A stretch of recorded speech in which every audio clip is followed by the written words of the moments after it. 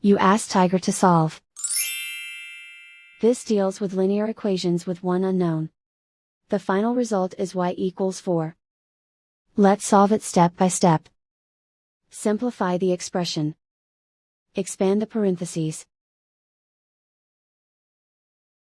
Multiply the coefficients. Simplify the arithmetic. Group like terms.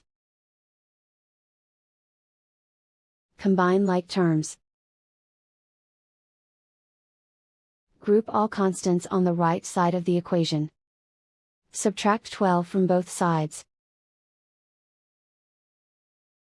Simplify the arithmetic.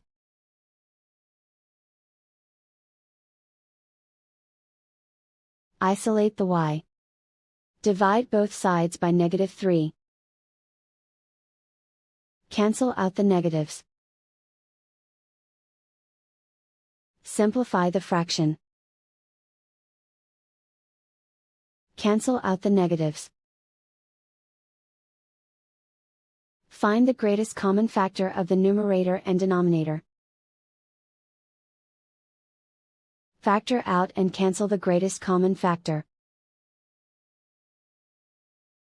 And so the final result is y equals 4.